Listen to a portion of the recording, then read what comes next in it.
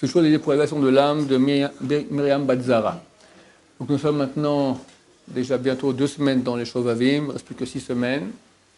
Donc cette période super indiquée pour faire le tikkun, réparation des péchés sexuels, notamment Zer al-Batala, semence 120. La dernière fois, on a parlé comment éviter d'augmenter nos pulsions par les pensées, par les regards. Donc on va parler un peu de ce goulotte, de choses à faire qui empêchent de voir Zer al-Batala la nuit. Ça veut dire que même si quelqu'un fait attention à ses yeux, fait attention bien sûr de rien faire de façon volontaire, mais des fois il y a des accidents involontaires, pollution nocturne. Il y a des choses à faire pour éviter cela.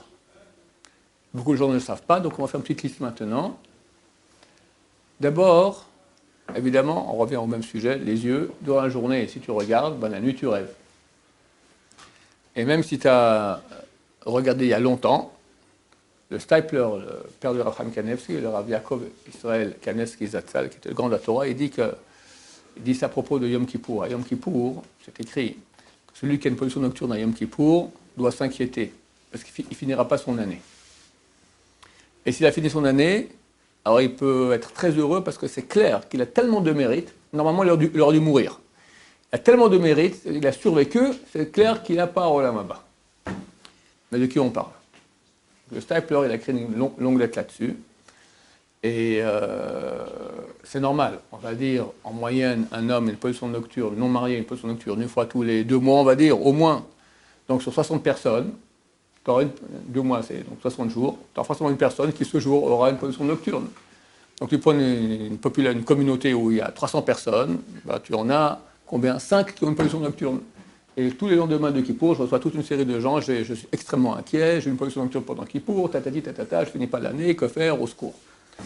Alors je lui envoie la lettre du Stipler qui explique, qui dit de quoi on parle. On parle de quelqu'un qui est déjà âgé, qui a moins de pulsions, qui fait attention à lui-même, il se sanctifie, il a beaucoup d'enfants, il a des petits-enfants, il n'y a aucune raison que ça arrive. Il n'a jamais de pollution nocturne. Et tout à coup, boum, ce jour ça arrive, mon cher ami, on te fait un signe du ciel, attention, plutôt, on va déjà acheter une concession, d'accord, enfin en 2 mots, réveille-toi ou bien fais attention. Mais un jeune homme, de surcroît qui vient de France, la Easter, donc il a vu en moyenne 100 000 images dans sa vie, ça peut arriver comme ça, même si quelqu'un fait attention à ses yeux. Il se peut qu'il y a 4-5 ans, une fois par malheur, il a vu une femme dans la rue.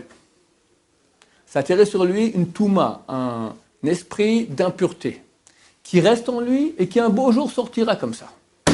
C'est inimaginable. Ça veut dire que ce n'est pas aujourd'hui tu as vu des filles, donc cette nuit, pollution nocturne. Même s'il y a longtemps, à moins qu'on ait fait tchouva. Si on fait tchouva, ça répare tout.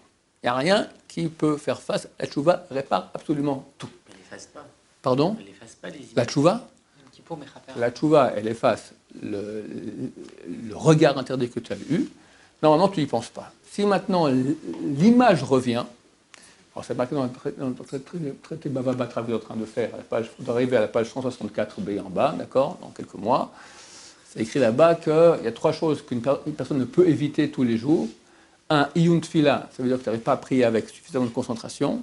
2, avec la shonara, une poussière de la shonara. Et 3, les mauvaises pensées. Donc c'est inévitable. La question est, quand ça arrive, tu penses à autre chose, il ne faut pas rejeter. Si tu rejettes, ça revient encore plus fort. Mais tu penses à autre chose, c'est terminé, c'est parti. Ou bien tu t'installes. Ouais, elle est pas mal, et puis comme ci, et puis comme ça, Hachem Ishmor. D'accord? C'est l'installation qui est interdite. Si tu penses à autre chose, c'est bon, c'est indépendant de ta volonté. D'accord?